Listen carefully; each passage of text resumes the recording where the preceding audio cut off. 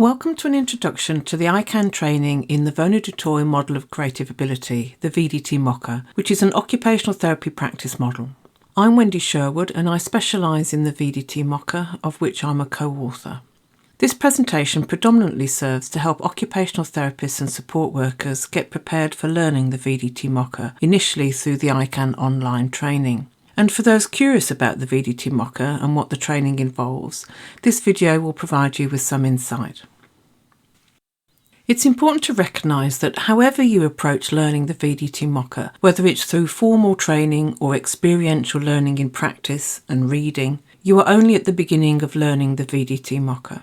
If you like the model, you are likely to use it for the rest of your career. Many practitioners say they can't imagine practice without it. The VdTMoCA and occupational therapy practice are inseparable for many, and the model becomes part and parcel of who I am and what I do. So you're just starting the journey, starting with learning the model before understanding and knowing the model.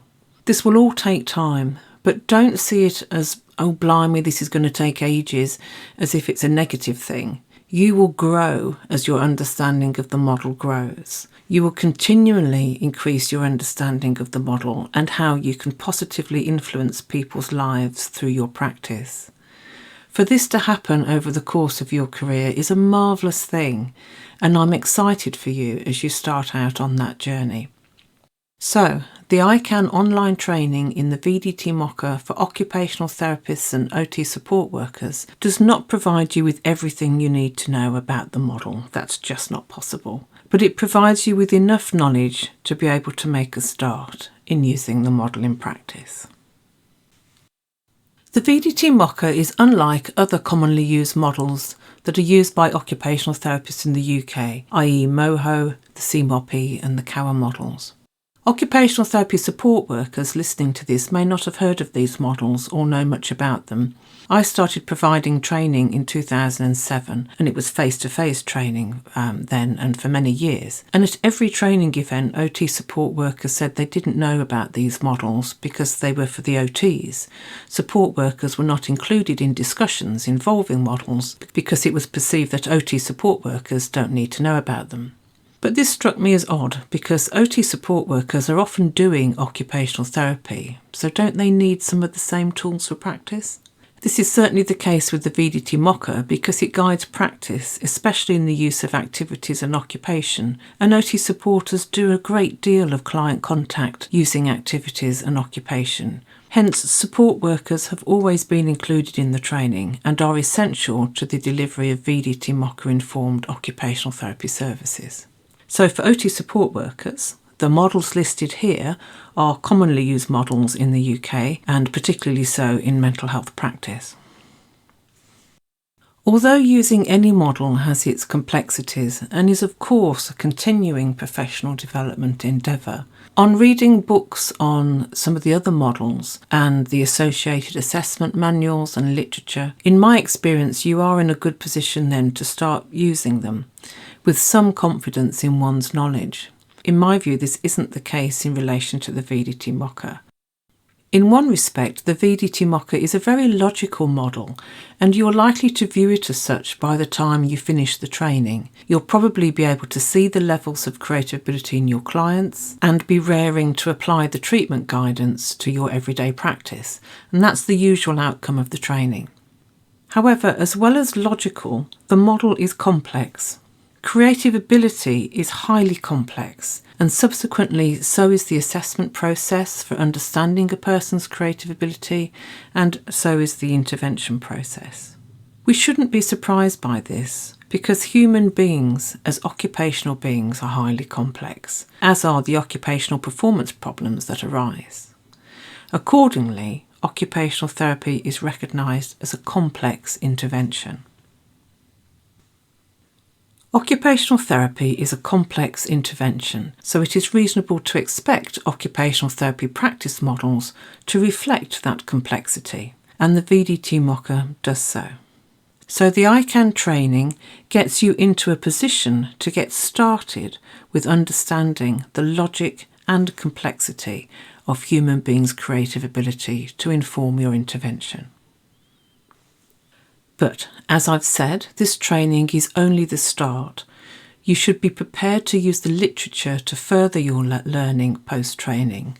The full text on the model is essential reading for occupational therapists, and for occupational therapists in particular, not so much for OT support workers, but occupational therapists definitely should be referring to this book. And there are several books also on the application of the model to practice. The book Perspectives on the VdTMoCA provides the most comprehensive information on how one can go about embedding the model in a service, and it provides case examples of using the model in differing services and for people with varying mental and physical conditions. It includes how to use sensory stimulation and sensory integration theory with the model, and there are various templates in the appendices for you to photocopy and use. A preview showing the book's contents is available on the ICANN website, on the books page, and also in the free resources section in the online learning environment. Having looked at the contents of the book, please don't think that this book is not for you because it doesn't have a chapter on the diagnoses or services you usually work with. It's understanding a person's creative ability and how to maintain or bring about change in their creative ability, which is the key knowledge you need. And you will learn a great deal about creative ability from reading every single chapter in this book. And you'll potentially also learn something about your own creative ability. The resources that I've mentioned so far, and also other resources such as OT news articles, conference presentations and research, are all listed in the ICANN list of resources, which is available to trainees in the ICANN free resources section of the online learning environment. And I shall remind you of the key resources at the end of your training. So now some tips on negotiating the training. It's comprised of chapters, and you can see the course chapters at the start of your workbook, which you download within the online learning environment and preferably also print it. Each chapter contains many modules, and these are PowerPoint presentations, the vast majority of which are narrated, so you can view the slides and also listen to teaching. Most of the information shared with you is in your workbook. It contains all the key slides. There's a bit of room for keeping notes and space for writing down answers to questions posed to you as some learning exercises. You don't have absolutely every single word I say written down for you already in your workbook. Listening to someone read aloud information you have in front of your eyes would be extremely boring. Rather, as you move from one slide to the next, follow the course within your workbook.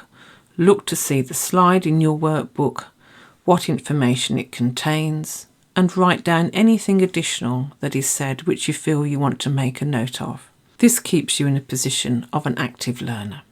The workbook is already a large document which you'll realise when you come to print it, so I haven't put in large copies of the slides. Otherwise, this would make the workbook exceptionally large. But you can see the slides in full in front of you as you view the course. You can make notes in your workbook as prompts if you need to. And because your workbook is provided as a PDF, which you'll have downloaded to your PC, you can enlarge it to view the slides more clearly if you want to review course information at a later time. There's a lot of information to process, so organise your study time according to your learning style and abilities.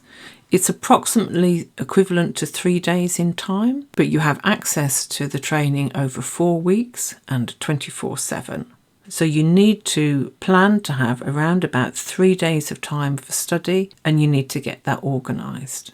The training slowly builds up your knowledge, so be careful about leaving long breaks between studying, as it can be difficult to recall previous learning and then make the connection between that learning and new knowledge which builds upon it. You might find it helpful to take a break between learning theory and levels and the training on the assessment. For occupational therapists, the training on the assessment is the longest and the most challenging part of the training. Having done the assessment content, you might therefore want to take another short break before learning about treatment, which is perhaps the most rewarding and is the most inspiring part of the training. However, don't take big breaks between these chunks of learning, as I've already advised. The other chapters, which are on recording and reporting and on communicating VdTMoCA informed occupational therapy, are not narrated modules, but are resources within your workbook to refer to post-training. You have set dates for your training. You have a 4-week period. You've got a start date and an end date. Please recognise that if you leave doing the training until the last minute, rushing through the training will not provide you with the best learning experience and potentially not even an adequate learning experience. And it also doesn't leave you time to go back and review content, which people often want to do as they start applying what they've learned to practice. So get yourself organised as best you can. That's the end of this introduction to the ICANN VdTMoCA online training. If you have any queries about ICANN training in the VdTMoCA, contact me by email, which you've got stated here. And if you wish to receive notifications of VdTMoCA news, publications and events, including the International VdTMoCA Conference, please contact me to be added to the email list, or you could also follow me on Twitter. You will also be able to join me soon on Patreon. You can find an overview of the model on my YouTube channel, and that's for any discipline and can be very useful for OT lecturers and for students as well. Please may I encourage you to subscribe to my page here on YouTube so that I can continue to make information on the model freely available. Thank you very much.